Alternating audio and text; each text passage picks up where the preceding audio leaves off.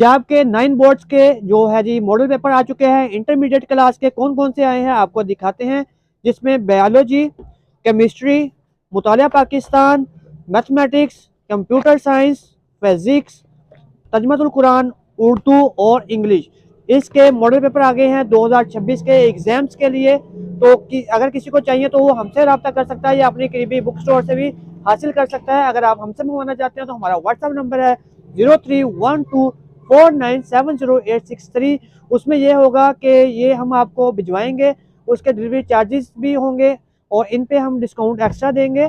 मतलब अगर ये है जी 330 रुपये का, तो ये हम आपको देंगे जी, अल्लाह भला करे आपका, ये आपको 260 रुपये का मिलेगा। डिलीवरी चार्जेस पर के जी 300 रुपीज़ है। अगर आप किसी करीबी बुक स्टोर से हासिल करना चाहते हैं तो वहाँ से भी करें, अगर वहाँ से नहीं मिले तो हमसे रब्ता करें, हम आपको भिजवा देंगे।